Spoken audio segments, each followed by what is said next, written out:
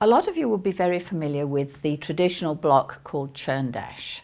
It's a 9-patch block that can be made obviously into any easily divisible size, such as 6-inch, 9-inch, 12-inch.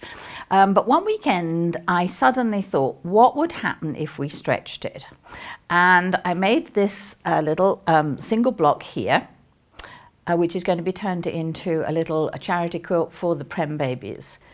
But then I thought, you know what, we could play with the borders a little bit. So this is the same unit here and the middle. But here we've got our half square triangle unit, and I've changed the orientation of this so that this to this I've turned it over so it's a mirror image. But it just gives a slightly different finish to the border.